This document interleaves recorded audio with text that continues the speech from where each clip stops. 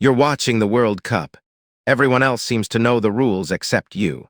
By the end of this, you'll understand the basic World Cup soccer rules that explain almost every match. Let's start with the objective. Score more goals than the other team. That is the entire point. A goal counts when the whole ball crosses the whole goal line between the posts and beneath the crossbar.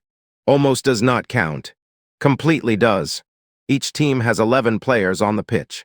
1 goalkeeper, 10 outfield players. The goalkeeper is the only player allowed to use their hands during normal play. There is one condition. They must stay inside their own penalty area.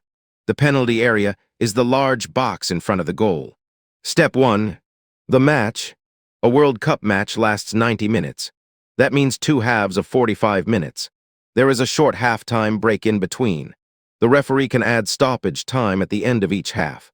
Stoppage time replaces time lost because of injuries, substitutions, goals, VAR reviews, and other delays. 90 minutes is the minimum, not always the finish. Step 2.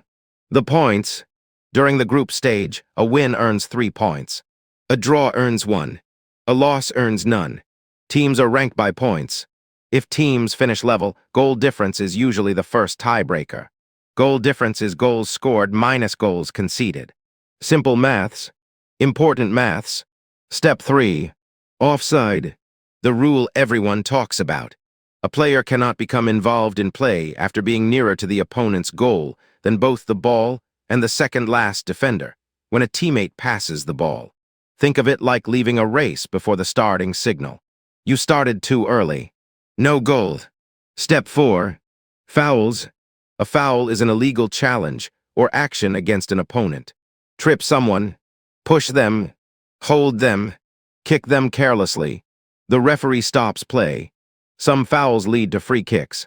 Others lead to penalties. A penalty is awarded after certain fouls inside the penalty area.